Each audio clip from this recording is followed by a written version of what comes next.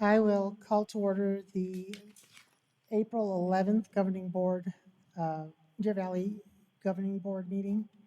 Let the record show all board members are present except for the board president, Ms. Paperman.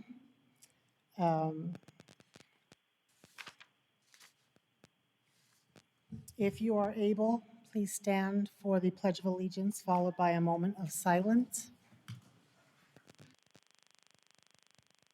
Allegiance to the flag of the United States of America and to the republic for which it stands, one nation, under God, indivisible, with liberty and justice for all.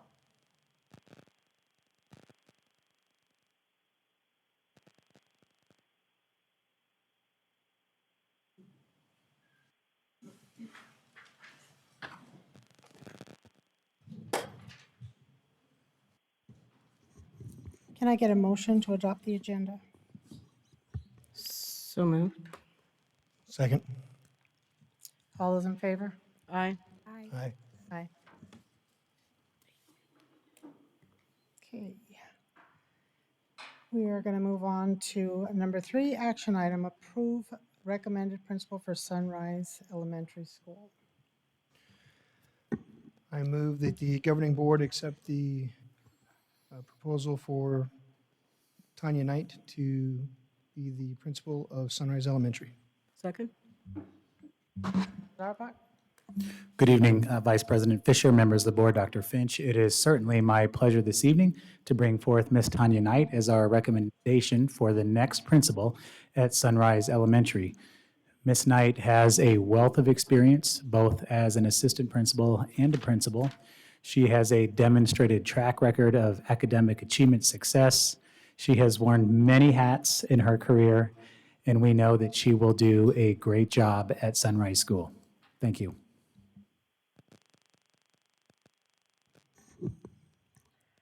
Any questions? Any comments? No, I'll call for the vote. All those in favor, say aye. Aye. Aye. Aye. Passes 4-0. Welcome to Deer Valley. Would you like to say a few words? Not 20 minutes. They were just teasing you. Thank you. I appreciate you trusting me with Sunrise Elementary, and I'm excited to be joining Deer Valley. Welcome. Thank you. You've got an adoring public right over there.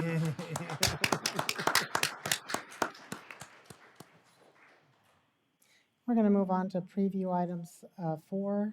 A, City of Phoenix proposal for state land adjacent to Sandra Day O'Connor. Who do we have presenting? We'll do that. Because I can't get here. Okay. We'll let them get their seats.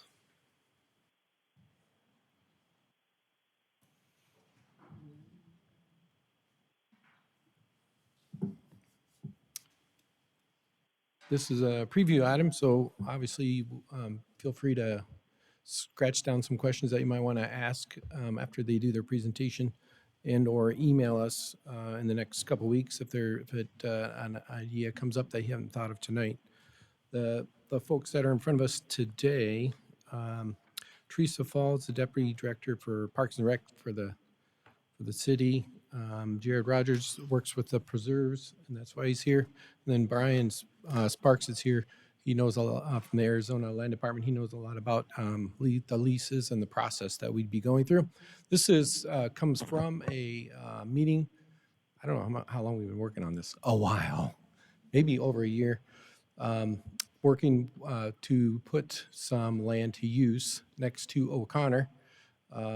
And they're going to do a little presentation on kind of the nuts and bolts behind it. We have obviously discussed it with the Sandra Day O'Connor administration. And obviously, as a superintendent, I asked what's in it for me. And so they'll be talking about that, of the pluses of how we can work together for the betterment for the community and for Deer Valley. So I'll turn it over to Teresa. Thank you very much, Dr. Finch. We're very excited to be here this evening to share this opportunity with you. As the doctor mentioned, I am Teresa Fall. I'm a deputy director with the City of Phoenix Parks and Recreation Department. With me to my right is Jared Rogers, who is also one of our deputy directors. And then we have Brian Sparks with Arizona State Land. We really appreciate your time this evening to hear this item. I first wanted to provide just a little bit of background. Sandra Day O'Connor High School is located at 35th Avenue and Hackamore Drive in North Phoenix. And the land the high school sits on is leased from the Arizona State Land Department. Immediately adjacent west of the school, the City of Phoenix owns an approximately 10-acre lot at the northeast corner of Stetson Hills Loop and Hackamore. Our purpose in being here tonight is to share with you an opportunity the city's exploring that would be mutually beneficial to both the school and the city. We understand that parking is a challenge for the school and that there's an interest in having a trail system that students could easily access for cross-country training and events. And the city is interested in acquiring the state land to build a trail system and developing our existing 10-acre parcel into a trailhead access point, which would include a parking lot that the students could be using during the school day or in the evenings as needed if there's certain special events. I'll now turn the presentation over to Jared Rogers to share more details about this opportunity. Thank you, Teresa. Thank you, Teresa, and pardon my voice. It's allergy season, and it's got me pretty good. If it goes out, I apologize. I'll do my best.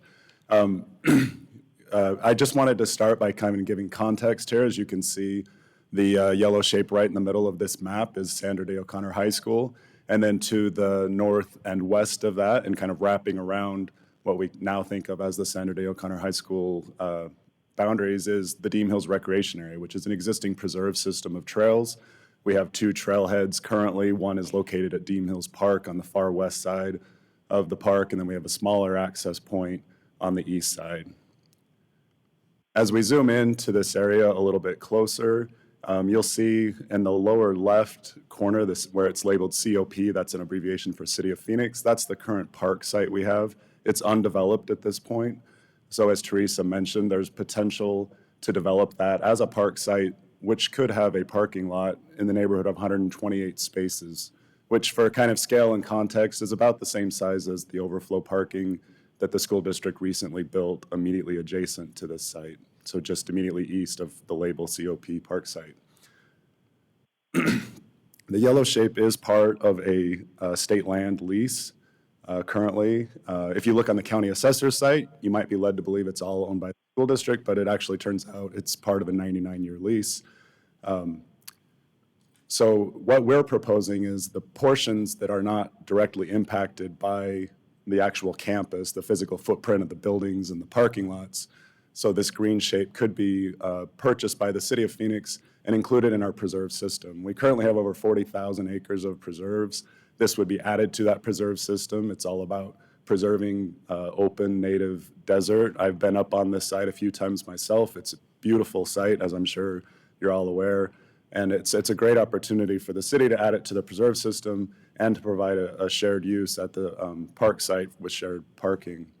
So one thing we wanted to do as we met with Superintendent Finch is some concerns about maybe having the preserve and any potential trails that would get built, maybe being too close to the school for any sort of security issues.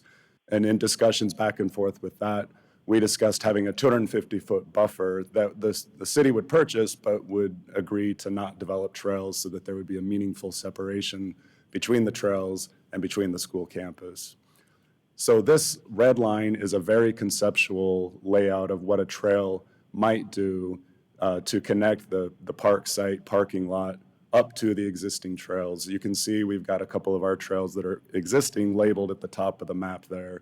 And so this system would connect. Another thing we've talked about with Superintendent Finch is the opportunity to have access points. And we could definitely work with the school and with the school district to find ways that the school could utilize not only this red trail that you see here, but all of the other trails that are connected with it for events and learning opportunities and whatever else that you can dream up that you'd like to use it for.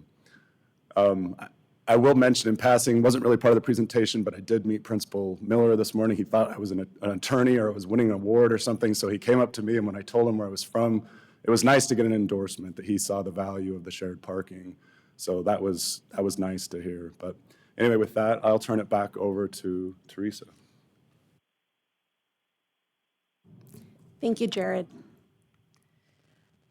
So the next steps in this process would be then for the governing board to take action on this item at a future meeting. If the item would be approved, then the city would engage in a community outreach program to ensure that we obtain the feedback from the nearby residents regarding the trail alignment and any concerns they have to help mitigate any of those concerns. The engagement program would include online surveys, working with the neighborhood HOA, we could work with the school, we could hold an in-person open house type meeting if that was needed as well.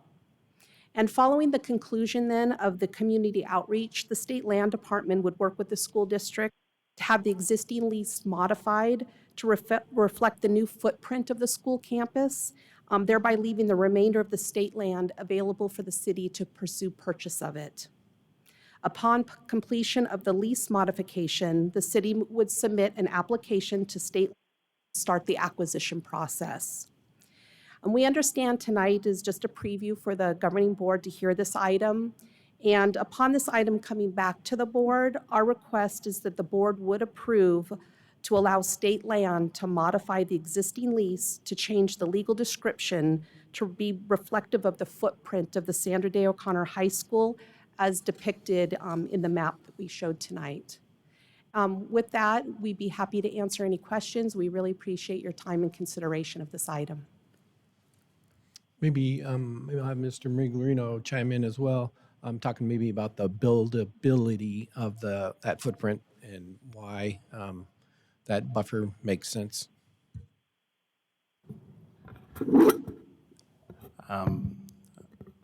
Vice President Fisher, members of the board, Dr. Finch, just the map that you saw, really the topography of the state land lease that when we received the parcel for that high school, that's really not buildable space. We've basically built everything that we can at that location. And so most of what you see there, it's hard to see on a two-dimensional picture like this, but that's quite steep, all of that terrain. So really, one of the best purposes for that land would be to have it as a preserve for a connection to the trail system. And again, it's subject to the board's consideration of, if you want to consider this. We have a 99-year lease for the land that's there, and we would have to get the board's approval to change that to even consider the State Land Department offering it as an opportunity for the city of Phoenix to purchase. Ms. Orley. Whomever wants to answer, this. So I am an avid hiker, and that's one of many in the area, great trails. So 2 questions. Parking spots, of course, is the number one. How would that affect Sandra Day O'Connor's parking spots? And the 250-foot buffer, we would somehow figure out with our safe schools or to configure a safe way to have that buffer be meaningful? Whoever wants to answer the spots in that part. I think I'll take the safety aspect of it. We do have maybe some minor concerns just because the steepness of the terrain. We don't necessarily have a perimeter fence around the back, the north side of the fire lane that surrounds the campus. So we've had some conversations, and in the letter that's attached as in board docs, it even addresses that this could be done with potentially additional foliage or maybe a fence or some signage or something like that. The topography itself will lend somewhat of a constraint, but it would give a line of sight, a better, improved line of sight from the top of the mountain to the limited perimeter that we have around the north side of the campus. And so that's something that we are continuing to have conversations with the city of Phoenix in regards to. And that cost would be borne by whom? That's part of the conversations that's on. Okay, and then can we talk about access to the 128 parking spots? Okay, so the question is about, yeah, the access to normal, I'm sorry, it's the medication here. So, just give me a sec.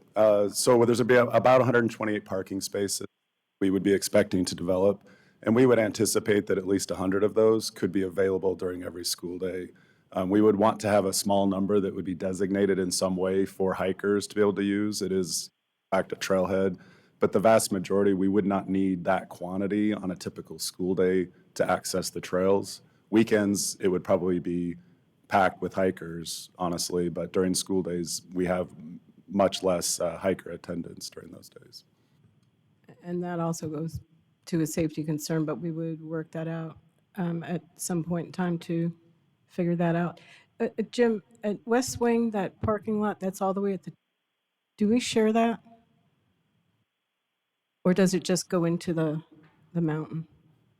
Vice President Fisher, Ms. Ordway, we did have a shared agreement with the city of Peoria for that parking lot before the park was developed.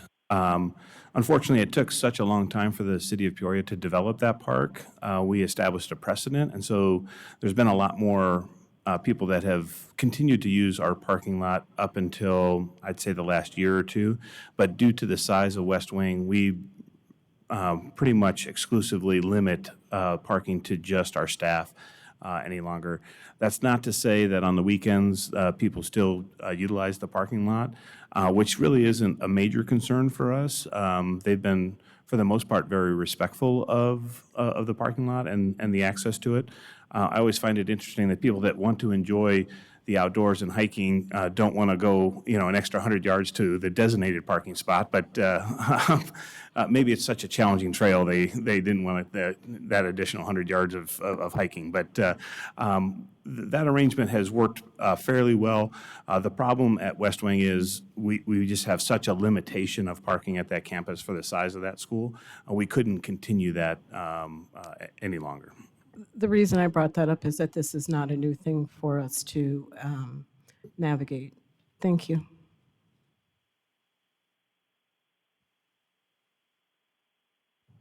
Mr. Carver. I just want to say, I think that this can be a really big win for all sides, as long as we can come to an agreement on what the safety protocols can be that we can put in place to help maintain a safe environment for our students. Understanding that the terrain is steep on the backside, on the north side there, I can appreciate that, but all of our campuses are easily measurable with Fort Knox. You can't get in unless you know somebody, pretty much, which is a beautiful thing. And to have the entire backside of the school open could present an issue. And then, like you said, the vantage point from the top down. It's sad that we have to take those kind of things into consideration in today's environment. But I would hope that we could come up with something to stake out that 250 feet to keep people from setting up camp or whatever it might be. That's over 80 yards, so that's a good distance. So I would just encourage everybody to see what it would look like to try to get that done. And any help that we could get establishing that barrier would be greatly appreciated. But I think that this is a really good idea. What does it look like for the protection of this environment moving forward? What if the city of Phoenix got tired of dealing with it and didn't want it anymore? What does it look like for you to be able to wash your hands of it, or is that an option moving forward? Yeah, that's a great question, and it's incredibly hard for us to walk away from it. It would be included in our City of Phoenix Preserve system, which is protected by the Chapter 26 of our city charter, which means it actually has to go to a public vote. And we've never even considered doing that. It would, yeah, so it's very well protected. When the City of Phoenix says preserve, it's with a capital P, and it'll be preserved. Thank you very much. I appreciate it. That's all I've got. Stephanie, do you have any questions? I'm new to the board, so I didn't realize that O'Connor was actually on a leased site, and my question was answered in regards to how long that lease is, 99 years. Would we start back at 99 years when that's proposed to go through, or is it a whole? Are we cutting back on the lease? What does that mean for the school in the future? I can probably answer that. Thank you for having me here this evening, Board. I appreciate it. It really would just be a modification to the existing lease. And I had an opportunity to review this lease in detail and also review all of the original documentation for it. Originally, when this lease was done, where the school sits is where the value was given to the site. As everyone has mentioned, the rest of it's really unbuildable. And so I don't even think we'd have to change any dollar values or anything. It would just be a modification to the site. And in which case, if the city of Phoenix is the applicant, there's no expense for the school district. They're going to bear all the expenses for the acquisition.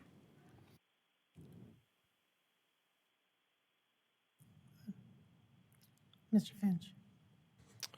Two other things that we're discussing was mentioned in the presentation is a future potential for an extension of that trail that they make to really go around the perimeter of the green space, for a lack of the argument there. But the theory being that we could use it for cross-country events or training for students. That was one thing we're working on. Obviously, we would bear that cost if we were going to extend a trail, but it would be joint use. Public could use it as well. There is currently a trail on the right-hand side there, but it obviously isn't wide enough, et cetera, for any kind of racing or anything like that.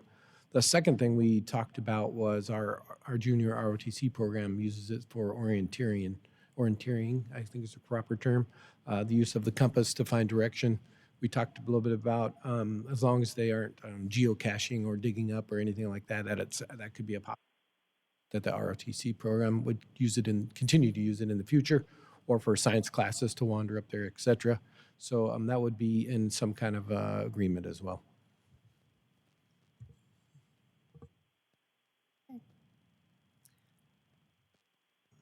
Thank you for coming and presenting. I don't see any other questions. So thank you. Thank you very much. Thank you. We'll move on to preview item, annual K-12 use of facilities field fee schedule for 23-24. We'll give Mr. Migliano a chance to say farewells. Vice President Fisher, members of the board, Dr. Finch, this evening we bring a preview item regarding the facility use rental fee schedule. There are two changes that we are proposing. One is a reduction of the cost for the field lights in our stadiums at our high schools. That is due to the improvements that we made. We converted all of those lights to LED lights. There's a significant savings, and we thought we would share that with that savings with those that utilize those fields. So that price went down from $82 for 2 hours to $54 for 2 hours, so fairly significant. The second requested change is to change the hourly rate of pay for a student technician from $15 to $20, with the increase in the minimum wage over time. This has been something that we've had to stay in front of. We figured $20 would give us at least a decent amount of time before we would maybe have to consider increasing it again. These are usually undesirable work schedules, and it's our own staff that, or our own student body that fill these positions and help out where they have expertise, because somehow affiliated with the equipment that is being asked to be rented. So our recommendation is to increase that from $15 an hour to $20 an hour. Again, that would be the charge that we would that would be imposed on those renting the facilities. I'd be happy to answer any questions or forward them on to Ms. Mock, who actually put all this together right before she left.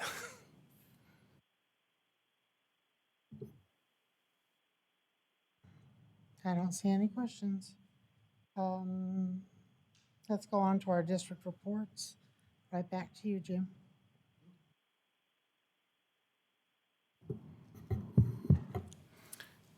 I think I'm going to miss her even more now, every Tuesday, right? Um, This evening, we have two reports to share with you, starting with the student enrollment report. The report that we have here is for the 144th day, or through March 29th.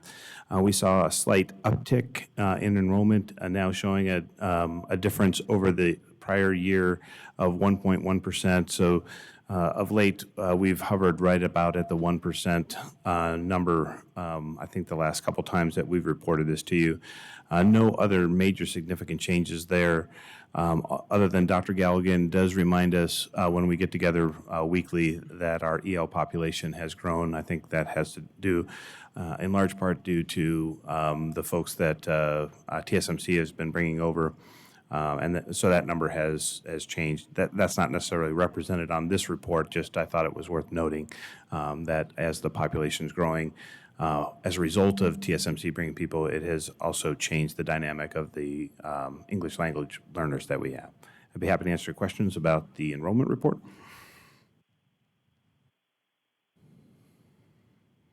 I don't see any.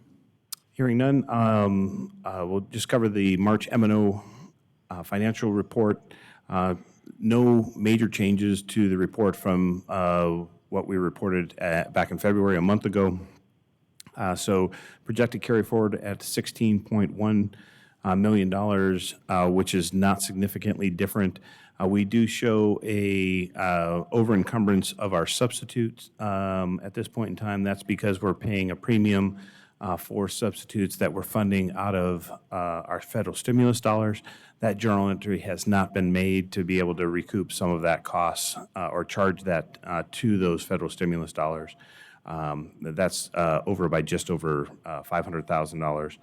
Other than that, that's the major changes from last month. And also wanted to just put on the radar screen, and maybe this is a reminder for myself as much as for you, that our May budget revision will be coming up next month. And so we'll not only have the M&O report to share with you for the end of April, we'll also have a revision to this year's budget, the final revision for this year's budget to actually align the budget. Remember, the number that we're showing here, the $267.5 million, is our working budget, and we need to get our state-approved budget in line with the working budget with the last revisions that are available to us. Just forewarning that's, or a reminder for myself that we have to do that before the May 9th meeting. Mr. Carver. Jim, I was introduced to a term the other day, and I'm just curious. So 16.1 carry forward, is that different than what's referred to as dead cash? Vice President Fisher, Mr. Carver, yeah, so that would be the projected budget carry forward. Would not necessarily be the amount of cash on hand that we would have.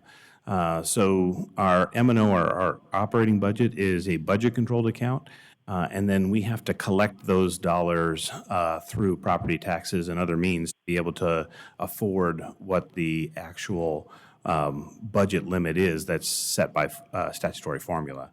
So what we're reporting here is the budget capacity that we would have. Does not address the cash as we're still collecting property taxes at this point. Okay, thank you.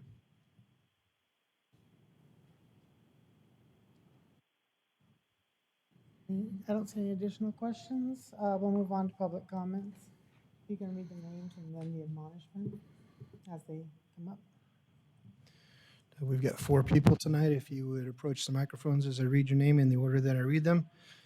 Antonio Rodriguez, Cassandra Framos, Christina Zelensky, and Kitty Mae Smith.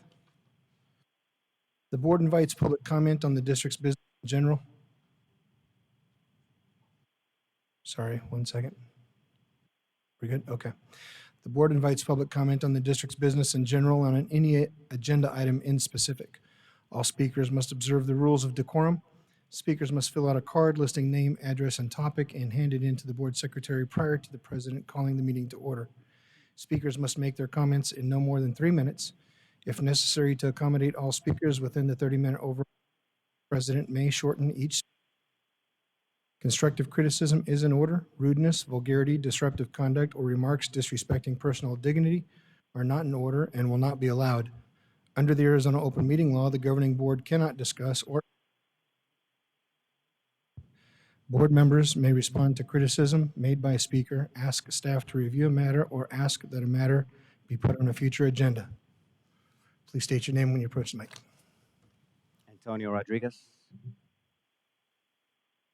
All right. So during the 2021-2022 school year, my daughter was in the 5th grade in the Levine School District.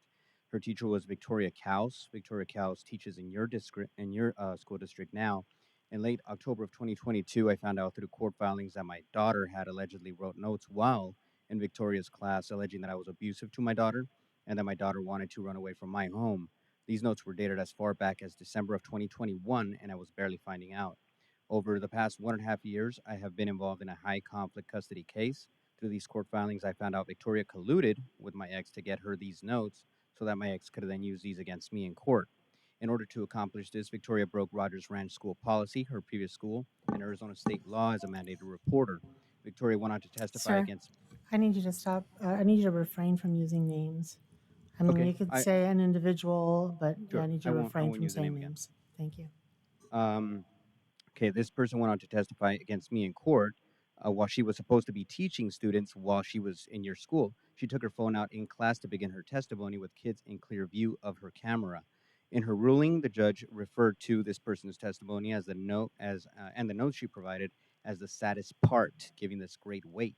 As a result, the majority of my parenting time was taken away, and I lost my final decision-making rights.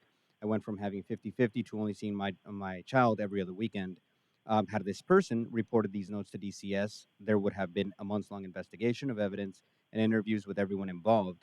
What this person didn't know is that I had been accused fictitiously of abuse in the past, and those claims were found unsubstantiated by DCS. She also did not know that I had proof my ex would coach my daughter to not say nice things about me. Instead, a judge had minutes to make a rushed call. And also note that this person may be sitting on other reports from other children because per her own text message to my ex, and I quote, "In my squirrel habit, I took this away in a journal and just found it. Can this be submitted as evidence?" She goes on to say, "I usually kept teacher mail to myself since kids usually disclose this kind of stuff." I want to see this district make it a priority to remind staff of their legal responsibilities and to remind them that policy and law are drafted for a reason. And when this is not adhered to, that staff member could fall for lies and manipulation, lending themselves to the destruction of an innocent family. I want this board to reassure the parents who send their kids to your schools that those kids are being protected and that the concerns they report are being handled in accordance to policy and law. This person also has been texting my daughter since she was 11 years old. I want this board to follow up with me and reassure me that this teacher is no longer communicating with my daughter because she does not have my permission to do so. I also emailed the school principal and the district superintendent about this on January 11, 2023, and I never heard back.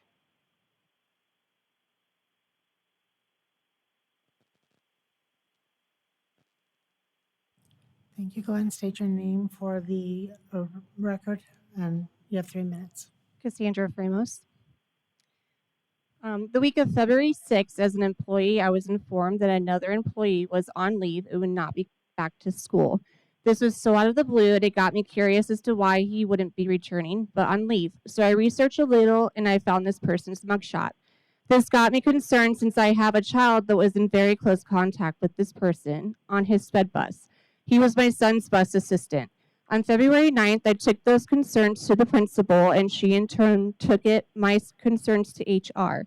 HR responded back to her and said there is no evidence or need for that concern. I know that the district already knew that this person was arrested for the lure of a minor. So for them to tell me that there is no need for concern is crazy. HR didn't even reach out to me and talk to me about my concerns. They just swept it under the rug. That was a big fail on their end. With no help or concern from HR, I continued my own research and waited to see when the district would send an email out to the parents and guardians. An email finally gets sent out on February 23rd, right before a news article of this person's arrest came out on Arizona's family. This email had a person to respond to, so I responded to the Director of Operations Safe School Division on the 2nd of March. I wrote him again on the 8th since he didn't respond to me.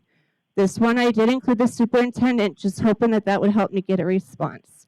He responded that same day on the 7th, and he said he did not get my previous email since, sorry, he responded on the 8th. He said he did not get my email until the 7th. And to this day, he has not responded to my email. Now I'm here. So they said they're wanting to have open communication. The email we got was very vague, and it just gives us the titles. What he was arrested for an alleged crime involving a minor, that he was a former employee, and that they did required reporting. A few things. He is no longer with the district because he was allowed to resign, not fired. That's a little concerning. My biggest concern, though, is the title that they had for bus technician. There's no title of bus technician on the Deer Valley Unified School District job site. I did find the bus assistant title, and that's exactly what this guy did as a job. I don't know why they changed the title, but I'm guessing it's to make it maybe look a little bit better than a technician. Why didn't you have the actual job title in the email that went out to parents? I was lucky that I was an employee and I knew what to be concerned about. The district is more concerned about their reputation than the safety of my child and other children in the district. Thank you. Please state your name for the record. You have 3 minutes. Christina Zielinski. Board members, I am very happy to see that Ms. Simichek finally gets to have her item on discussion for tonight regarding ethics and etiquette. Having watched many board meetings and attending a few, I feel this is a very important topic to discuss. As a parent in the district, I have seen vile words online about parents, staff, from a certain board member. I have seen slanderous claims with no proof about Dr. Finch, and I have seen this board member over and over use the us them mentality to divide people in this district. I would like to see board members hold each other accountable for poor behavior. I would like, as a parent, not to be told by a board member that I was having a tantrum and only wanting my way when my opinion differed from theirs. I would also like to not see a board member take or make a comment about it on their social media to shame a parent. I would like to see the board for us, excuse me. Oh, I lost my thought. Sorry. Anyways, I would like there to be a policy put into place or something that keeps everything a little bit more copacetic online. I'm really tired of seeing the division, really tired of seeing rhetoric and things without proof being set out there. And please get back to focusing on our kids and their education, not your personal beefs. Thank you.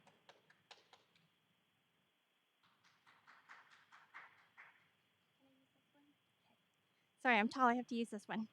Hi, I'm Katie Mae Smith. I am a parent in the district. My kiddos came today. It still doesn't make it easier to speak in public. This is not my favorite thing to do. But I'm going to start by saying what I always say when I come up here, and that we are so fortunate. Our kids go to an amazing school in the district. We have had a wonderful teacher every year. They're both in 4th grade now.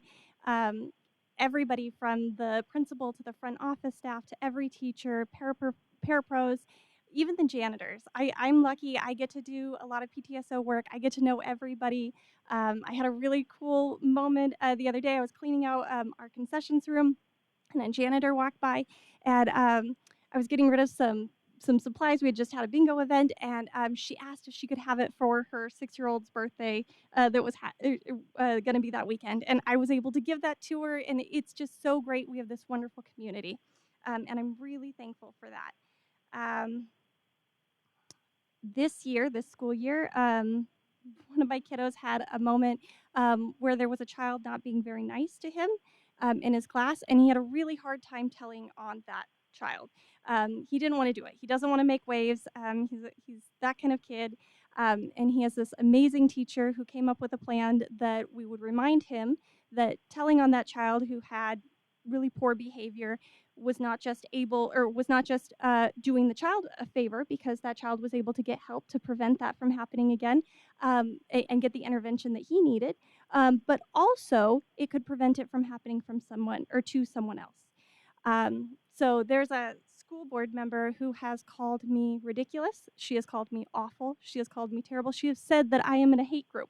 Mind you, I am a mom. I volunteer. I actually volunteer weekly in my kids' school, and I am such a member of the community.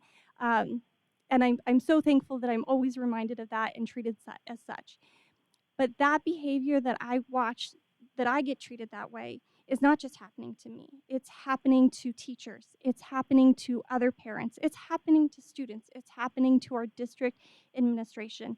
And it is not okay. I get tired of coming to these board meetings when I love our school and I have nothing to complain about that. But then this representation that's out there is not what is not our community. So I'm here tonight to ask that we hold our board members to treating each other appropriately, treating our community appropriate, treating our administration appropriately. And thank you so much.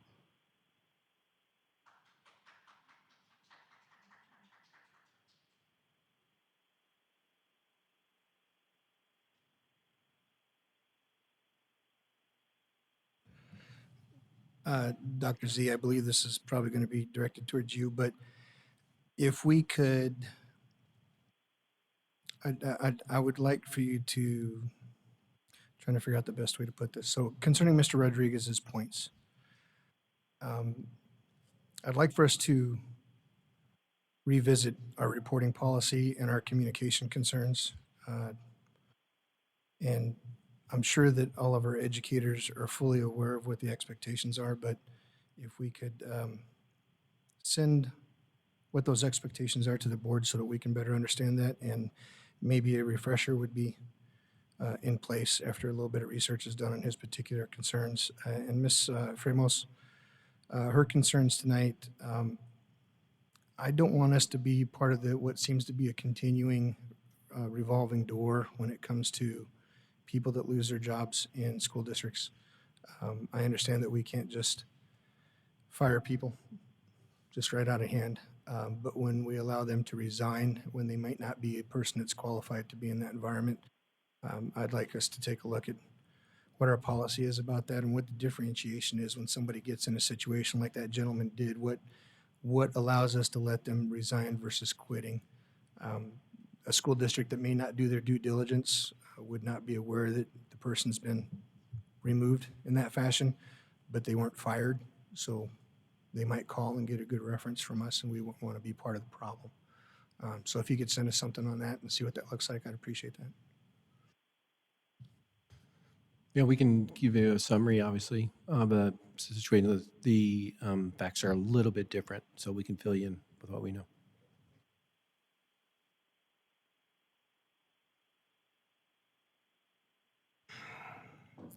Can I get a motion for the consent agenda?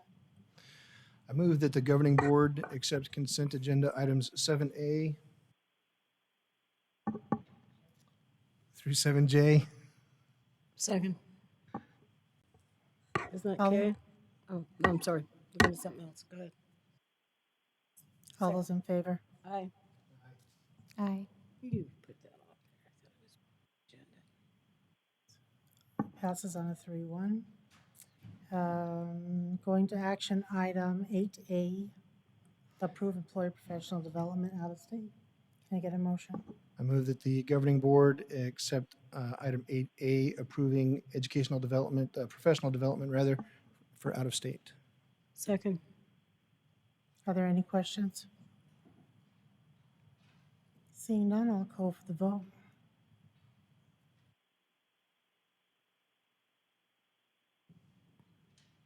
All those in favor?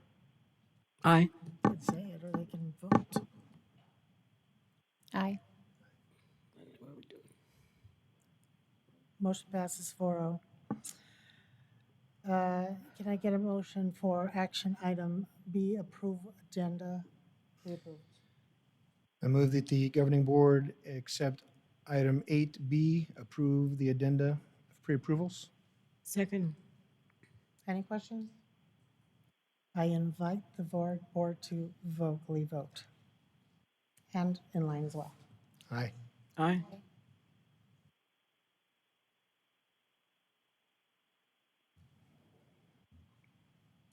Are there any opposed? Nope. Item passes 4.0. Can I get a motion for action item C? I move that the governing board accept item 8C, approve the revised fiscal year 24 employee benefit recommendation. Second. Mr. Magliano, is there any presentation, any changes? Just in the interest of being brief, Vice President Fisher, member of the board, Dr. Finch, I regret that we're having to revise the benefit recommendation for next year, but it is to the benefit of our employees. So Valley Schools was able to negotiate a better rate on a voluntary benefit on our short-term disability plan. So this is plans that employees choose and then pay for. Originally, the board approved a 5% increase. Valley Schools was able to go back to the provider and negotiate a 0%, so no cost increase, and lock that price in for 2 years. So we thought it was worthwhile to bring back to the board and ask for your consideration of this revision so that it would help save our employees that extra expense. And thanks to Valley Schools for their ability to negotiate that discounted rate. So I'd be happy to answer any other questions that the board might have. I just have a comment. I like it when you bring stuff like that back to us. Any questions? I just want to thank you, Jim, for working on that and partnering with Valley Schools to make this an even better place for our educators. Thank you. No other questions? I'll call for the vote.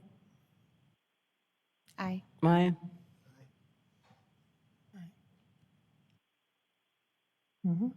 Motion passes 4-0. We're moving on to discussion item 9A, board ethics. I believe, Ms. Simicek, this is the item you wished for.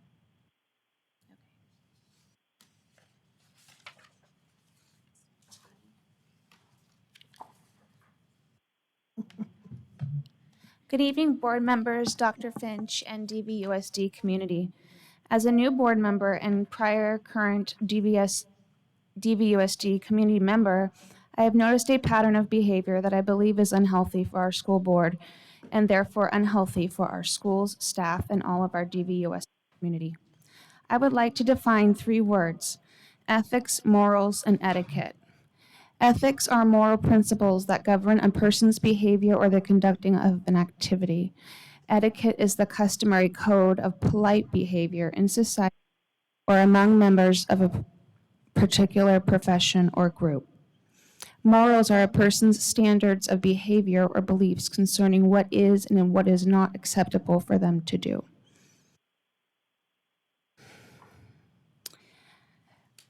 Essentially, I've gone through many pieces of information, including emails and screenshots from social media. I've provided our other board members with this information.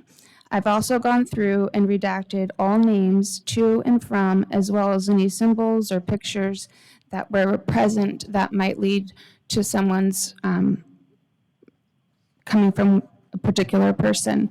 I did this because I don't want to be pointing the finger. I just want to have a discussion about it.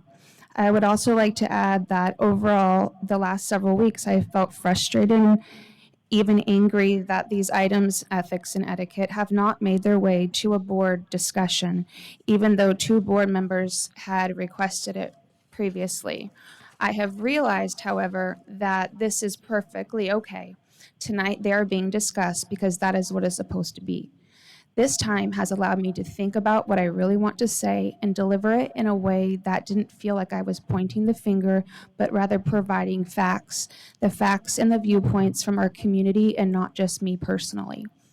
I want to thank our community members for coming forward and sharing what they have observed, even if it means becoming a target yourself or risking volunteer opportunities you could have with working with our community. No parent should be denied opportunities for speaking out or shunned for providing facts.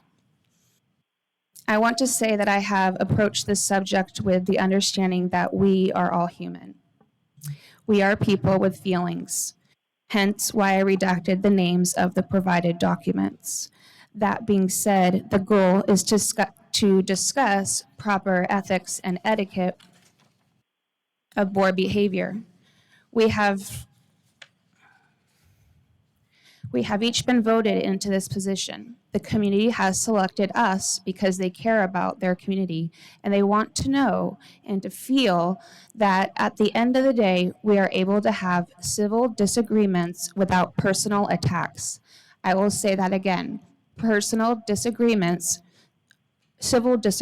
without personal attacks. I want to point out that as humans, we are told truths and we are told lies all the time. But then we often pick and choose what we really want to hear and believe in a way that will best serve ourselves. We are here to serve our community, and we cannot do that when we pick and choose what we want to hear for our own personal agendas. If a parent emails me with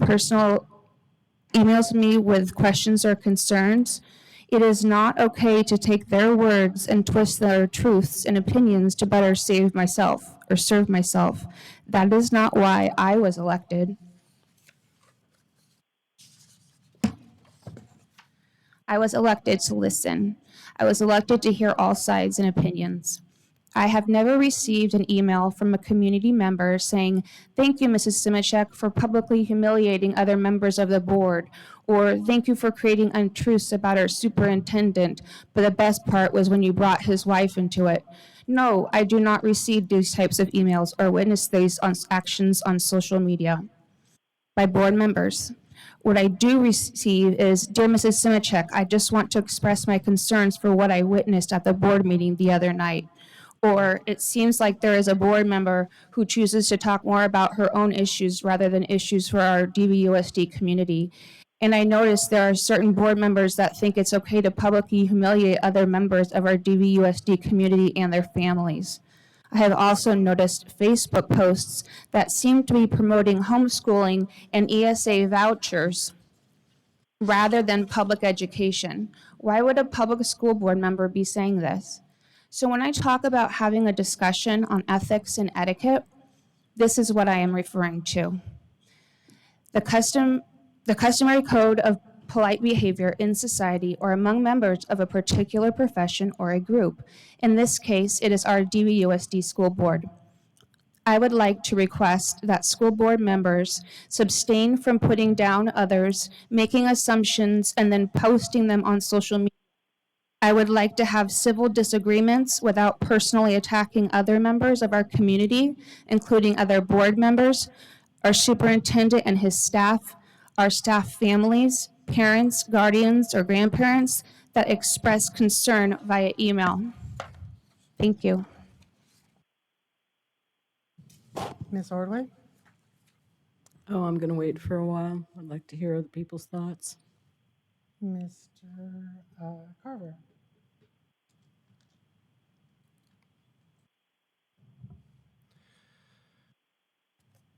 So,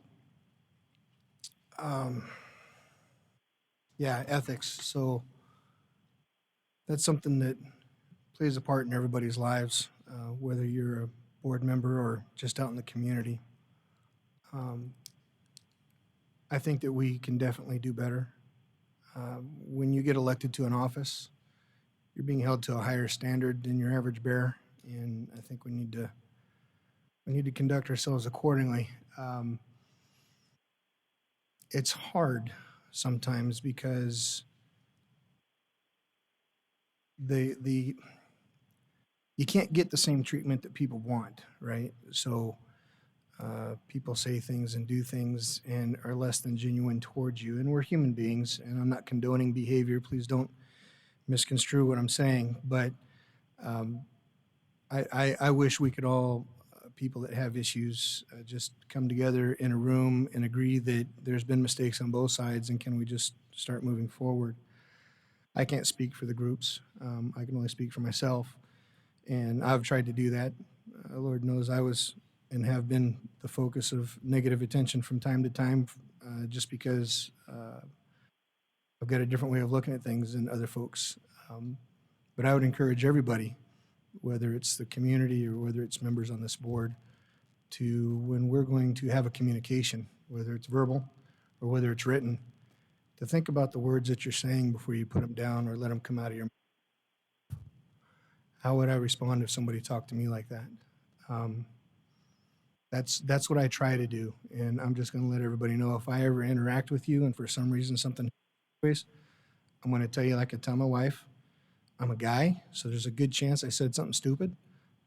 Ask me about it, and let's make sure we come to an understanding on it, because I never intentionally try to set out to do that. So I guess the only 2 cents that I just want to say is you have every right to expect more out of your leaders, and I would just hope that we could try to foster enough mutual respect and mutual respect for the common goal that we all have as community members and board members for why we're all here.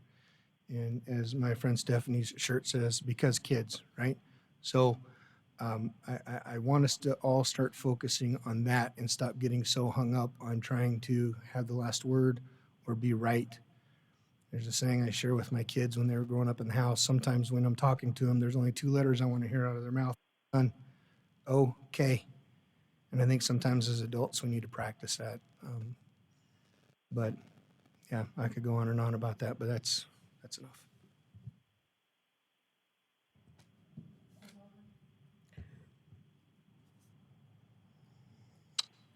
I'll keep it brief. I've been doing this for 15 years and listening to all sorts of interesting dialogue, and then I read a lot of dialogue, but I don't react to, excuse me, most of it. I think possibly what we might look for, and I think we used to have these, but maybe we look at some board norms, knowing full well that anything that we agree upon, we have no power to ensure that it happens. But I think if we were to look at board norms, leading by example and servant leadership might be something that we could find commonalities in. I will say that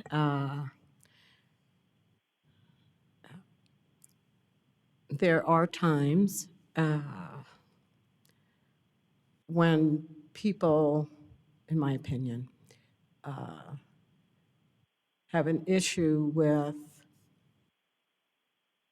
supporting the district, and they confuse that with always having to be the quote-unquote cheerleader. You support your district knowing that it's run by humans, that it's continuous improvement, that we hire people that have expertises in many areas, and we kind of look at all that information, weigh what we hear on the outside, listen to what we hear at board meetings, and process that through. I think that when we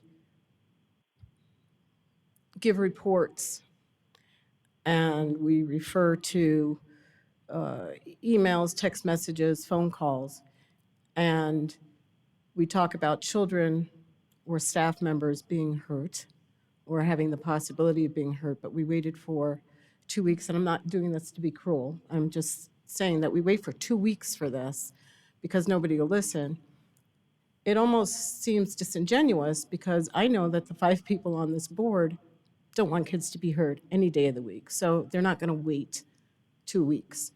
I think sometimes it makes it louder and whatever. But I think that board norms are a good way to deliver and almost ensure etiquette. You have your own ethics, people have their own morals, and that's a personal thing. I would guess that you guys expect us to have all of that, and I've tried to deliver that for every day of my life. So I think that personal for everyone, because I've heard someone say, well, ethics, well, it's what, however someone perceives it. So, and that's great. But if we could get to board norms, that gives everyone an opportunity to blend what their beliefs are. We can come to an agreement on behaviors that we are not going to, quote unquote, tolerate. And perhaps we can get back or start a new trend in school boards and concentrate solely on students, staff, and community. And that's 15 years of listening to a lot of stuff rolled into, I think, 4 minutes and 37 seconds.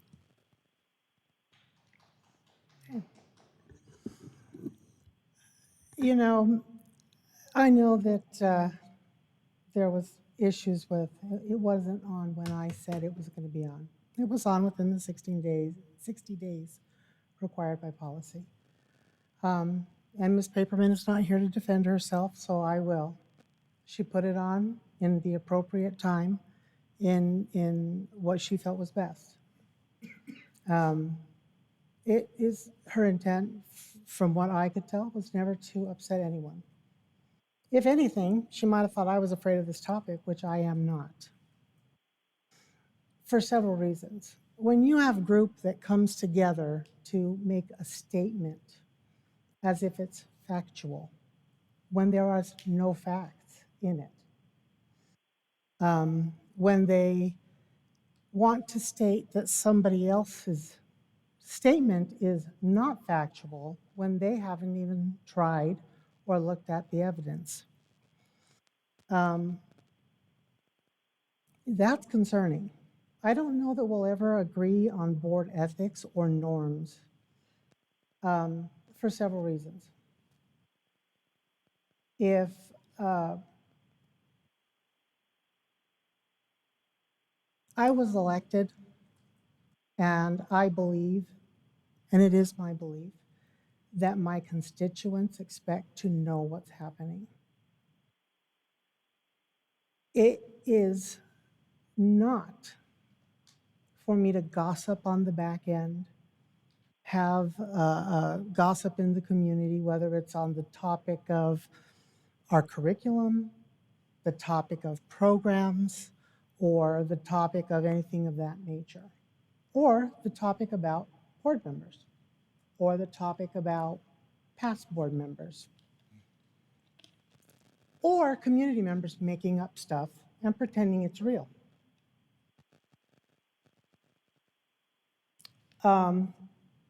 The beauty of the screenshots that you provided is that everyone can screenshot. And no board member should have to deal with the harassment of community members or false statements or slander from community members. And it's not all community members, it's actually a very small group. But they are affiliated with board members, and that was by plan.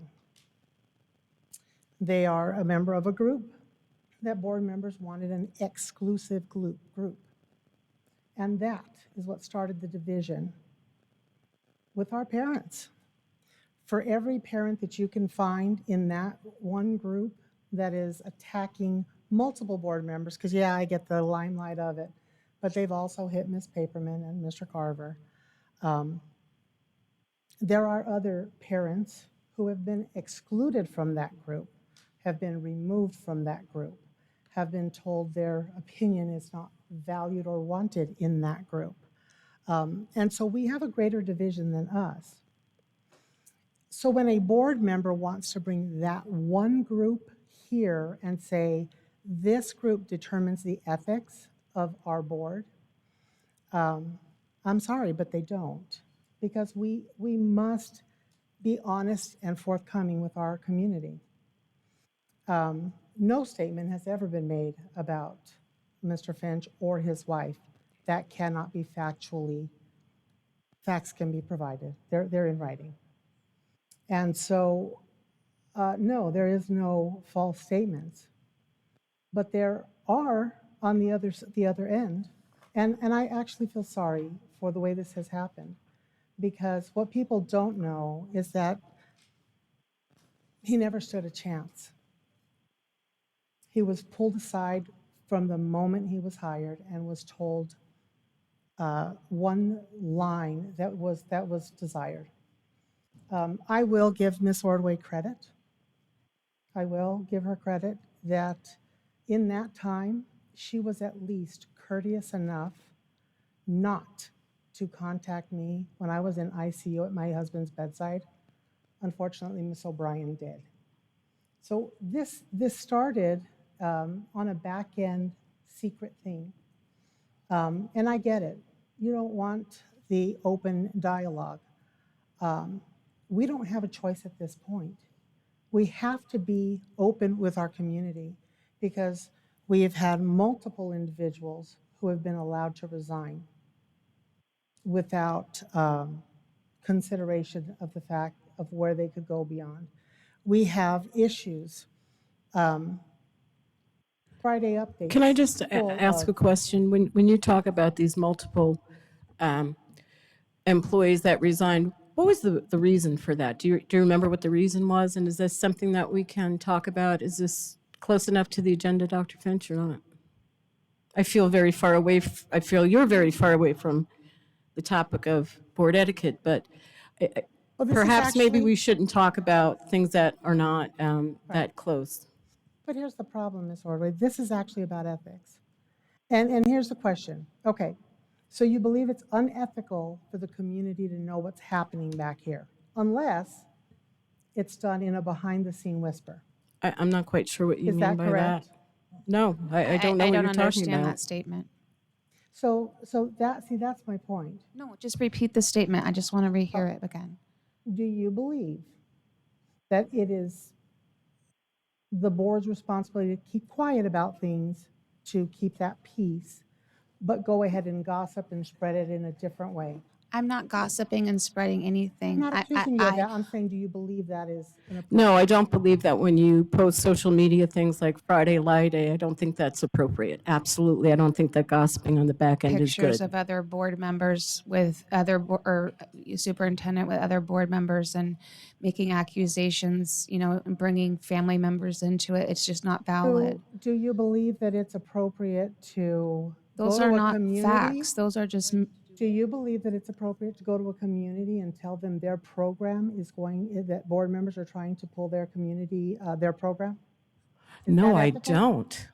Really? Really? yeah, and So Mrs. Simichek, I'm going to excuse myself, or excuse me for a second. I didn't mean to talk over you.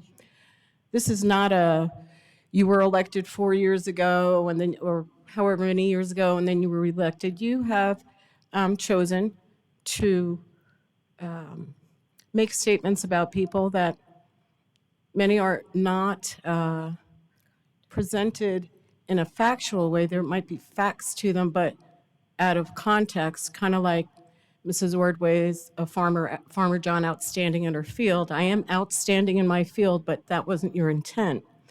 So I've chosen for all these years to let this go aside, because this is not about us. It is not about this stuff. It is about kids and how we spend our time Okay, and we our both know that's not resources. true. Pardon me? You and I both know that's not true. No, might know that's okay. I am here to be a servant leader. I have proven that for years. I am here for kids. I am here for staff. I am here for community. I get nothing else out of this except for, serving the community. So you can disagree with that all you want, but when we're at this dais, a board norm is to treat people with respect and let the business of the district go on. That's what board meetings are for. So I just don't bring wanted to it, point one out before. I heard a lot about a particular parent group and how this parent group was kicking their parents off the page for their opinions and whatnot. I'm very familiar that there are actually multiple parent groups, some of which other board members take part in, that are doing exactly what you said, and it's not the group that you're referencing. So I have seen concerns from parents who are on a parent take action page, and then they were completely removed for sharing some sort of opinion or questioning some sort of statement that they felt were false. They were just immediately kicked off the page. that page is an entire page of parents kicked off from the other page. The sad part is that board members took a hand in establishing that page and took a hand in Which board members? Miss O'Brien, for one. Mrs. O'Brien does not sit here at this moment in time. When she was, she still established the page, Miss Ordway. I don't know that. I've See- never been a member of those pages. I guess the point is social media obviously is not working for anyone. So maybe we should all stay off it. I think that's a great idea. Well, and then we bring it here and we have the truth then, and we share the truth, because our community has a right to know the truth. That's why I brought this up. That's why I had asked for this to be on the agenda. And to go back, you don't need to defend Ms. Paperman or yourself, because I truly feel after all these weeks that have gone by that this is the night this was supposed to be discussed. Everything happens for a reason, and I feel confident about that. But I also feel like I'm bringing it to the board meeting because these are the time and the place to bring this information, not to be posting it on social media where no one can, provide their opinions, such as you can, or Paul, or Ms. Ordway. We are here to discuss it. My whole approach was to have it be a discussion that didn't need to involve names. But we have, as a community, experienced so much of this drama on social media, as well as received so many emails from concerned community members, that I really wanted to bring it forward so it could be discussed. I have never taken this to social media. I will not take it. It's not the place. I was elected by this community. I am professional, and that's why I brought it here today, rather than posting it all on social media and going on and on about it where people cannot defend themselves, including yourself or Mr. Carver or Ms. Orway. And I felt like this was the appropriate place to do that. So that's why I brought it here and not to social media. And I agree, we can talk about it here. But the problem is when you're making false statements. Are you aware that at no time have I ever gone to Mrs. Finch's any social media of hers? And she mentioned Ms. Finch specifically. Are you aware I have never, ever gone to I did any not of her mention. I did not mention her. I mentioned spouses and families because I thought it was very disrespectful. Something that might work for you if you feel that. I'm not sure that it comes into play here because she's the member of the community. She's not sitting on the board as an elected official. But when you continue to respond and feed that, sometimes the best thing to do is just walk away. Like, don't feed it. Just walk away, be the bigger person and deal with it that way. It's To not a have to bigger go back person. and forth and argue, and then as that person to be seeing pictures of your spouse on social media with accusations of inappropriate things,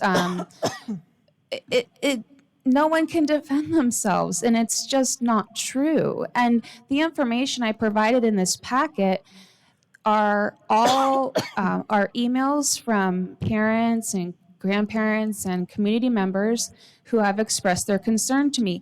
If, like I said earlier, if people were emailing me and thanking me for throwing my superintendent under the bus and being disrespectful for community members, I would have shared that. It's not coming to me. What is coming to me and what's being reported to me are concerns about the behavior of our board.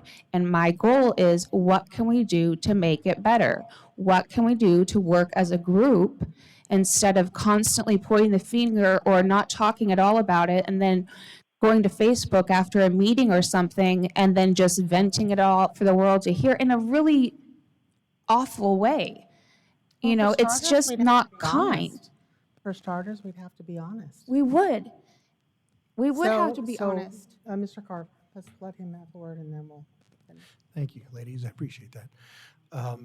So I think I've probably shared this with everybody at some point in time or another, but I know the necessity of this particular topic or two during this meeting because there's been an expectation from the community. However, I strongly suggest, and my viewpoint moving forward, is that if issues arise that need to be discussed, whether it's about this person or that person or what have you, or I feel slighted or they feel slighted or I've heard this or I know that, there are certain few times that a board can call an executive session. And one of the main reasons is for personnel issues. And we may not be employees, but a lot of the interaction that's taking place and a lot of the negativity that's happening out there in the world involves employees. And it involves the interpersonal relationships of board members. And so I would strongly suggest to the board, since we're having this conversation out in the open, that after tonight, if issues need to be discussed about things that you feel, things that you know, things that you think you know, then we should have an executive session. We have one almost every time because we're hiring somebody. Plug one in someplace and let's talk about it and do all the yelling and screaming you need to do behind those 2 or 3 closed doors, because I can guarantee you the community would probably like to see us after tonight move forward more hand in hand than spending any kind of considerable amount of time calling each other out for real or otherwise imagined issues. So it's not an attempt to hide things. It's not an attempt to be secretive, but I believe that the community will go the way that we do. And if I don't know how many people are paying attention, but Thousands. Well, I'm just saying, I just a side note, Stephanie and I are making a very strong effort to work together, and we're not on the same side of the ideological aisle. But we've identified through casual conversation that we're both here for the kids. Mr. Carver, Yes, ma'am. if Ms. Ordway won't point it out for you, I will. Oh, I was We are going to. we are very limited in what we can have executive. Yeah, I sessions don't think about. there is a statute that Yeah, 'cause it provides fit for that that. criteria. I mean, that's why. We have However, to we have could that- have a session to discuss board norms. Okay. I'm coming from a point of legal consultation on knowing what the executive session's for and experience, but we'll have that conversation. Yeah, I you. guess, Dr. Finch, you could have Denise figure out a way that we could talk about our personality problems in private. Yeah, that's the only one, you only really have one employee, that's me. And so that you can have an executive session on that if you required one, that would be correct. I just want to say, last thing I want to say is I had no intention of to this yelling and screaming and blaming people. So I really want that to be clear. I tried to come with an approach that made people feel like they had an opportunity to speak and share. I'm just asking once again, for the sake of our students, for us to work together. Like Paul said, we don't have to agree on everything, but I said this earlier as well, we don't have to agree on everything. We can disagree, but we don't need to be taking personal attacks against other people to when it does no good for our students and our community here in DVUSD. Ms. Simichek, I will ask you one question. In preparing for this, did you at any point reach out to me to get facts on anything?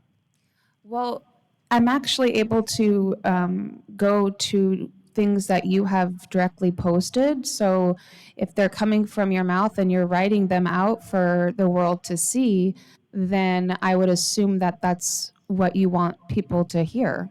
So if any part of that was not clear to you, did you reach out to me at any point to ask what the premise of that was or what the background of it was?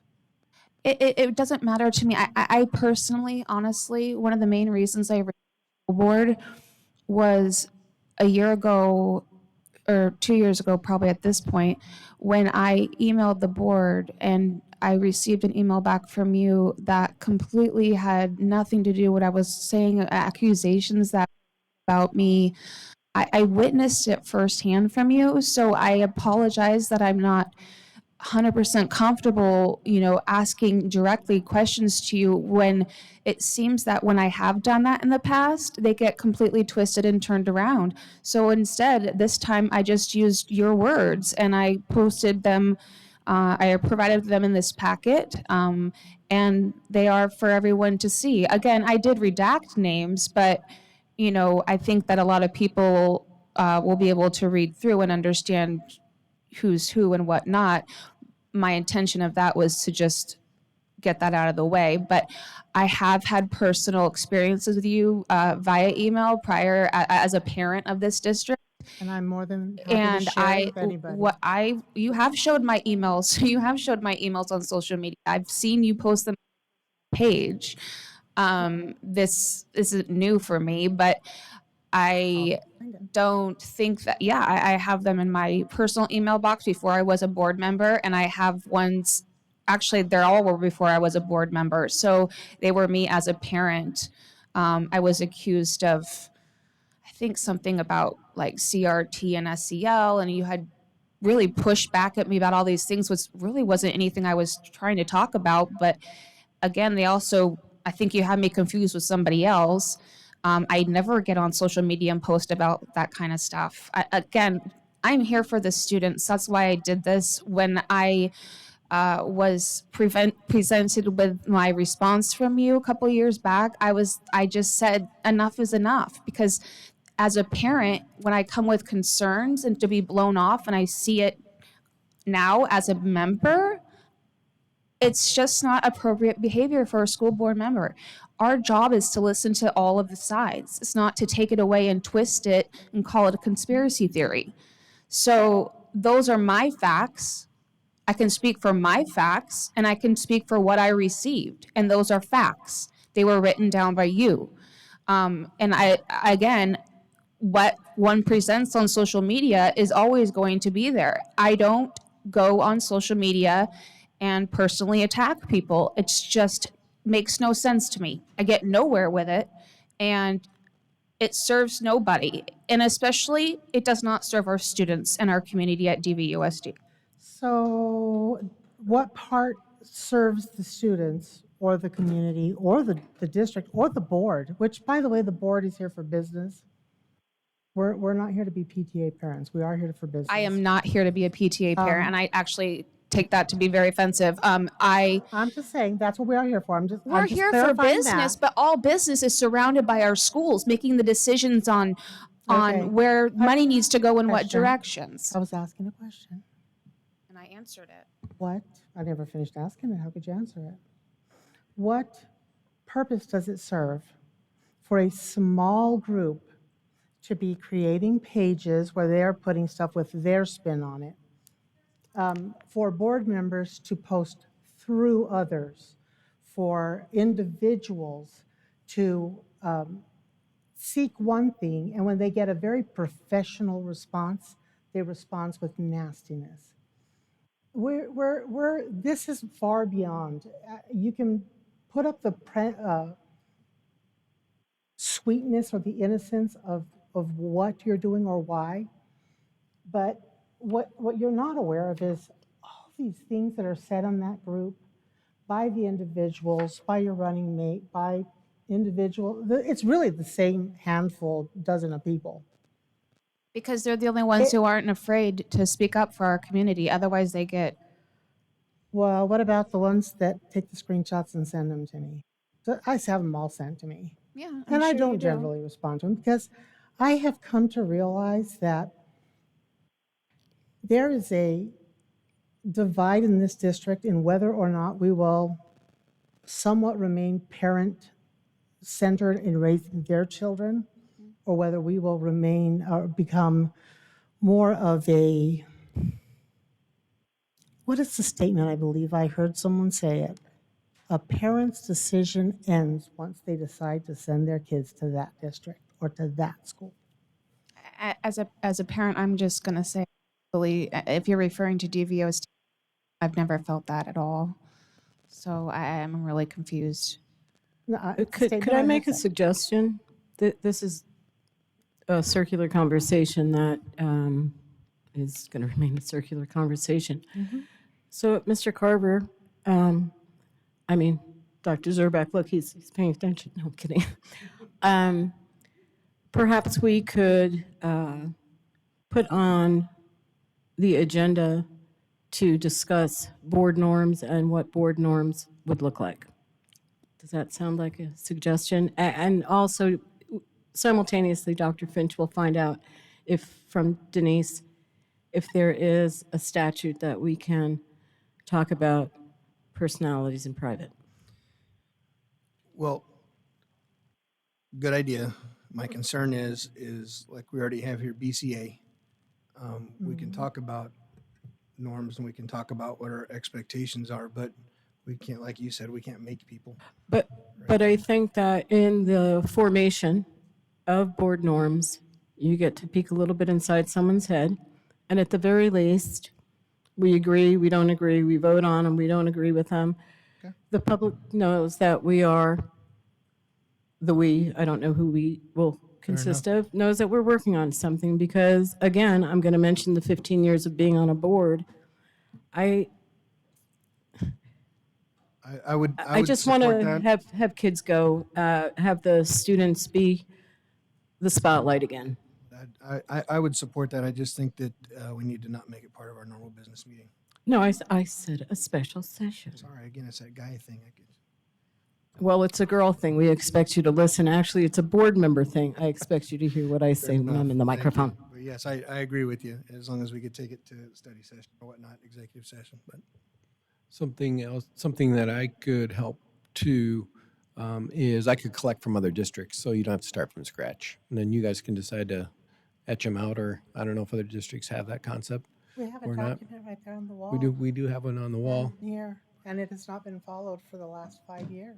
Well, we could- you know, we could- perception is maybe you didn't follow it. Your perception is I didn't follow it. The point is that if we, as a collective 5 people, create norms again, maybe So do you it's not the new want to normal. start with this one? I don't know. That wouldn't be up to me. That would be up to the group as we decide to put it on a thing. We can all send our ideas on how to do that. I think any document that's in existence should be reviewed and bits and pieces kept and dismissed. Yes, because it was done by brilliant people. That's right. At one point in time, somebody on that was smart. We worked on it. This one. Mike, Ron, myself, sort of. All right. Are we done? For the moment. It's board report time, isn't it? This is Miss Simchek's ball. Are we done? No, I'm good. I don't want it to be appear like I'm coming off as like you know, I think but we I rolled it am. in. Like if you have to say it, just say it in your microphone. You are. I am What am saying I it in my coming off as, microphone. You Kim? are. What am I coming off as? This has every single meeting, no matter what the topics are, even our board retreat, has come forth with aggression and immediate. So please don't say you're not wanting that. Have it out if you want. If it's what I you don't. want. Actually, I really, truly don't. The reason I don't, because I don't post it on social media. I don't because this is the way I'm approaching it. I don't feel like I'm approaching this with aggression. I feel like I tried to present this as a discussion. I'm not but- raising my voice. I'm not. How is posting it on social media not okay, but getting a group together to I do don't things? have a group. Are Having you individuals at our study session or at our board retreat, it's The only time I speak up, to be honest, is when I'm trying to say something and I get talked over, and that happens several times at the retreat. Then it gets posted on social media that I need anger management classes. And for so many people who really know me, it's just comical. But it's just a way to put me down as a way to put other people down. It's constant. So I really am not coming at this with, guns blazing. I really want this to work. I want our board to work together. I don't think that that's too much to ask. I think our community wants our board together. That's it. Right, but that's my point, is if that's truly what you want is to work together, then why would you bring the false narratives that are already being spread and being by one small group? I didn't bring false negatives. A lot of it is directly from your things to ponder with Mrs. K. They're direct things that you said. And they're also emails that we've all received from parents in our community. So those aren't my words. I just presented them. So I'm going to go back to that thought of that circulation. A point of order, just real quick. Thank Mrs. you. Fisher, you asked if we were going on to board reports, and all I did was ask Ms. Simichek if she still need to cover 9B. No, I didn't ask for going on to board reports. Okay, I'm sorry. I'm That was me. mistaken. That was No. you? Okay. I I apologize. asked if we I were apologize. done so that we could go on to her next Sure, we can be agenda done item. for now. We're done with 9. Okay, let's go on to discussion item B. No, we're good. I think my idea was that it all kind of was together. Okay. Similar topic or worked together All with right, each let's other. go on to board reports. Oh, Ms. Ordway. awesome. Let's see, we have that prom thing still going on throughout the district and throughout the valley. I think we're up to 60-something dresses gone soon. It will be the promotion, 8th grade promotion, 8th grade dance, and graduation dresses underneath the gowns. So the place is popping. I am so happy that I am able to do that because the look on those kids' faces. We also have the Battle of the Books thing with that Marie Brennan. Marie, could you please stand up so we could all clap for you? Because we never do that during the right time. Stand up, Battle of the Books woman.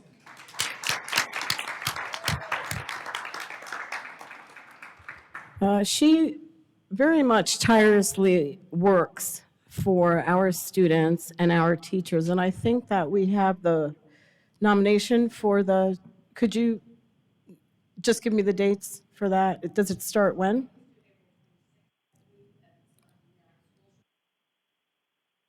So you can nominate your Teacher of the Year or your Rookie of the Year, and you need to get that in by April 26th. And the nomination form is on, it's on the district website and the school website. So, let's not complain that only certain teachers get it. Everybody has the opportunity to pick one from their school, or 2 or 3, I guess. I did enjoy the district visual art show, as usual. All the ones I wanted weren't for sale, which is good because I wouldn't be able to afford them. The venue was awesome. I think we just need to work a little bit on the lighting on ones. Corners was a little dark for the paintings, but wow, there's a lot of unique things there, and the talent it's just unbelievable. I think that we had a job fair that day. I saw a lot of people smiling, and they were principals, and it was Saturday, and they were smiling. Jenna Moffett, is that true? Did we get good people? All right, so apparently we're doing something right. And again, I will reiterate the fact that because you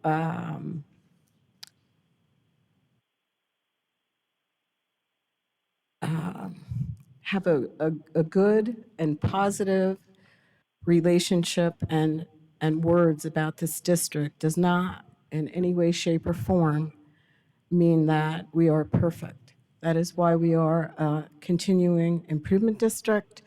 why we work hard on a strategic plan, why we work hard on implementing it. It is why we exist, to make sure we are as best as we can be for our students. So at some point in time, sit back and reflect on if you would want kindergarten students to join us during this part of the meeting, as opposed to just the part where I wish they would come and sing again, because we haven't had kindergartners sing, but I just threw that in there. So I am done. There are graduations, there are promotions, there are basketball games, there is sand volleyball, there's volleyball, there's band stuff, there's retirement. What else is there? I mean, oh my goodness, there's something for every day of the week if you choose to split yourself in half. So, and thank you guys for staying. Ms. Simachek. Good evening again. I hope everyone enjoyed the nice holiday weekend. Once again, I want to thank our community for advocating for our students and our staff and our administrators in DVUSD. I was a little bit nervous about tonight's discussion, but I think we started out well. I think we're on the right path.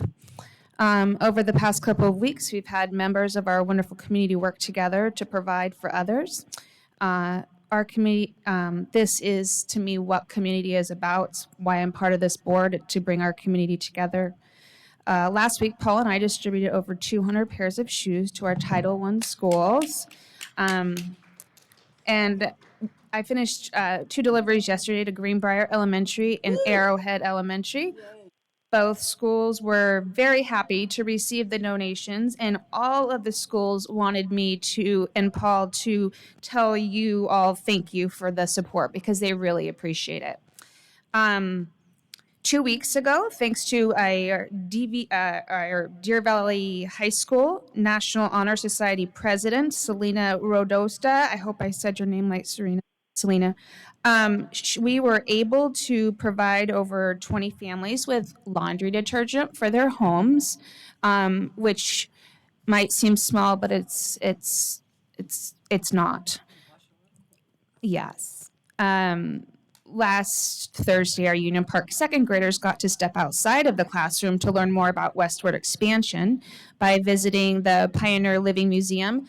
That's just north of us. Many of our DVUSD students have been able to go up to that place. It's a great time. I had a great time volunteering and just seeing the kids learn through hands-on experiences, and they read it and they watched some information about it, and then they got to go out and see it and they were really excited to do that. In the upcoming months, our schools will be presenting many fine art performances, including band and choir and dance. I'm looking forward to attending some of those, and I hope that you will as well. This week and in the upcoming weeks, our high school students will be inducted into the National Honor Societies at their high schools. So I would like to extend congratulations to those students, as well as our middle school students that will be inducted into National Junior Honor Society and JHS. And then the last item, actually I have one more item before I want to talk about that. 2 weeks ago, we lost a beautiful human in our community. She was a mother, a wife. Her daughter's a sophomore at Barry Goldwater, and it was very sudden and unexpected. So I just wanted to say that during this moment of silence that we had earlier on this evening, she was in my thoughts. Her family is in my thoughts, and it's been a hard thing to process, but again, I think this is where community comes in and kind of helps and rebuilds this family. The last topic I would like to discuss is my request to look into additional programs that could help our schools with obtaining additional support for our safe schools. I look forward to providing that information in the near future. Thank you.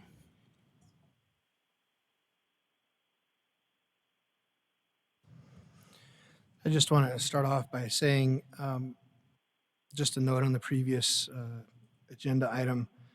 I I think a lot of what's going on and a lot of the angst is just because there are people in the community and some folks on the board they've been hurt, and we can't get some reconciliation out of that. And so I just want everybody to try to think about that as we try to find a way to move forward and try to find a way to be better, and try to love each other a little bit better. So been working with Mayor Beck out of the city of Peoria. The city of Peoria wants to give us 2 SROs for the 2 schools that we have that are in Peoria.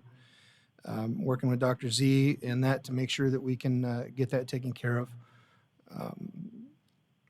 And on April 4th, I made a visit to the State Land Office with Mr. Miglorino and Dr. Finch to get us back on the radar, discussing what it looks like for land acquisition for new school developments because of TSMC. We've identified a need, and we're trying to reignite that fire in conversation with them so that we can be in front of the planners and not behind the planners, so that we don't end up with schools on mountainsides and we have usable land. So it was a really productive meeting, and we've managed to schedule reoccurring meetings on a regular basis now that Mr. Miglorino and Dr. Finch will take care of. On April 5th, met with Representative Gress down at the State House to talk about his HB 2800, which is the teacher raise that he's trying to get across the table. I wanted to understand sourcing, funding, how he plans on taking care of that in perpetuity so that we don't get ourselves out there in a position where we can no longer afford that raise after a certain period of time. He had a lot of good answers, and we had a really good discussion about different things that we can look at to try to get more money in our teachers' pockets and everybody across the board, not just teachers, because we need to value our bus drivers, we need to value our cafeteria workers and our administration. So we need to find a way to get that done, and we have people at the legislature that are willing to help us navigate that. So we need to build those relationships. Again, the shoe drive that Stephanie mentioned, 10 boxes with over 25 pairs of shoes in them each to the 10 Title I schools that we had, K through 6. And just so everybody knows, the Arizona Rattlers, for those of you that don't know what that is, it's our arena football team here in the state of Arizona. They have picked up that shoe drive for the Deer Valley School District and are going to maintain it starting at the beginning of their season, culminating with their season finale game August 8th. They're going to be collecting shoes at every home game and every away game when they host the games live at certain restaurants throughout the valley. So they'll be actively collecting gently used and new shoes for us, and they're trying to plan a really big finale for that season finale game. So let's show them some love and support like they're showing us. Let's see. Just to follow up, because I know a lot of community members have reached out to me with a couple of lockdowns that we've had recently. A request has been made of the administration to provide a written policy that we can provide for the public so that everybody understands what you should be able to expect from us when something happens at the school, what timelines look like, what communications might look like. It's really hard to keep in front of the 2,000 students that all have modern technology in their hand when the lockdown, and it gets a lot of bad information out there quickly and causes a lot of stress for the parents. So we'll do the best that we can as a school district to make sure that we can try to alleviate some of those concerns for you, to assure you that we've got it under control and what we need from you to try to get the situation handled. So when they get that to us, we'll make sure that the public's aware and has that information. And I think that's about all I've got. I hope everybody had a lovely Easter, for those of you who celebrate Easter, best day of the year. I did ask about the text messaging, somewhat off of what Mr. Carver has said as well, and I do appreciate your response, Dr. Zarbach, in the Friday update. However, it didn't really answer the question. So the question is when did we stop text messaging? Because when my kids were in school and something like that would occur, I received a text message. And I understand that we direct them to the website, but there's still somebody on the website that's putting all that information there. A group text to those parents in that campus. If you've never been in a situation where you don't know the status of your child, and and your child's texting information to you, we had some serious panicked parents. And I've been in that situation, but I was fortunate that I did get a text message that said, we are in this situation. The kids are safe. We'll let you know updates. Simple. It doesn't have to be long. But I would like to know when we stop doing the text messaging versus just directing people to look at the website. I think the biggest concern has been that parents at surrounding schools know before the parents who are getting all the text messages from their kiddos. And so that they're panicked because they're worried about their kids and their kids are panicked. The ones that write, they get a response, but there's a lot of kids that maybe or parents that didn't write in. And I think they also would like to know what's happening.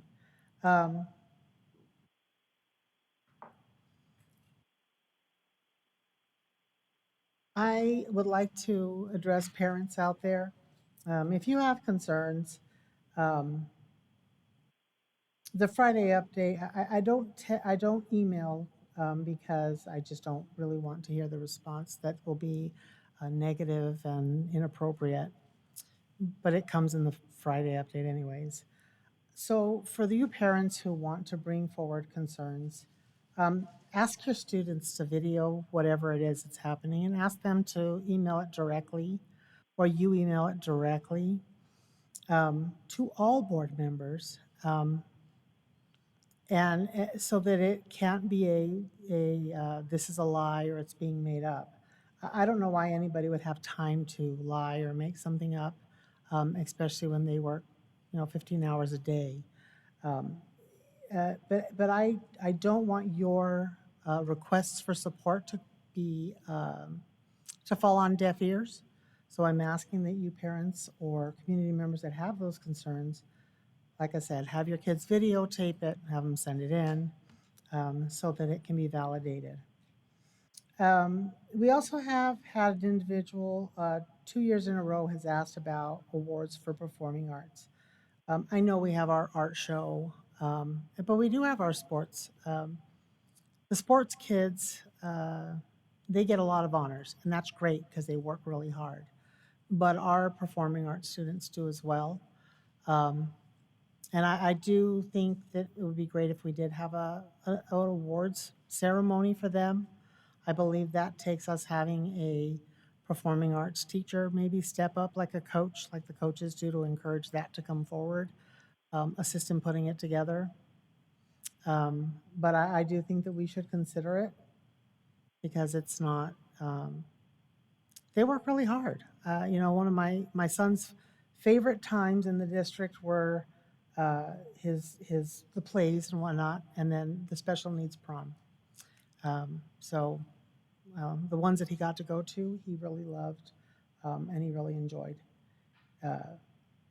So I do think it would be great if we could honor those performing arts students because it not only honors them, but the kids that really enjoy what they do. And then the last thing is I am concerned with student safety. That we have had multiple, like I said, employees that have been allowed to resign in lieu of termination for actual crimes. So I think we do need to address that. Mr. Finch.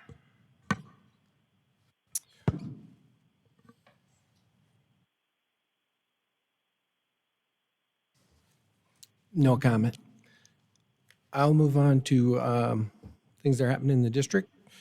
In fact, I was going to put in the Friday update, this coming Friday update, because I asked our district performing arts person, fine arts person, do we have a ceremony? And I will include that in the Friday update coming up. But we already do bus all of the kids, middle school, junior high, high school, to each to a location where they are adjudicated and given district awards based on their performance. And it's a different approach than what you would call like the sports banquet thing. So I'll give you more details about that ceremony that we already do. It's actually quite impressive. They perform in front of students and in front of district judges and are given district awards currently. So we already do something like that. But I'll give you more details on that when I learn a little bit more about it. From a global perspective, legislation right now is wandering through the machine, and obviously with split government, what's going to happen and what I predicted would happen is happening. I'm going to sit on ASA with the superintendent's executive legislative group and with EFRG as well. That's another group that works with legislators and the governor's office. The short version is that the budget will be late. And so as board members and in my role as superintendent, we will be making guesses, educated guesses on where we're heading financially from the state. I just learned today that Arizona has now moved to 51st in the nation for per pupil spending. I thought we moved up to 48th, but we're now 51st. If there was a 52nd, Arizona would have it. So we need obviously support from the legislature. You can't squeeze blood out of a turnip. And the good news is Deer Valley continues to perform on the dollars that we get and we are less than our peers, as Mr. Marino continues to remind us, and still outperform our peers. So that means good people, good teamwork, good plans, and sticking to the plan.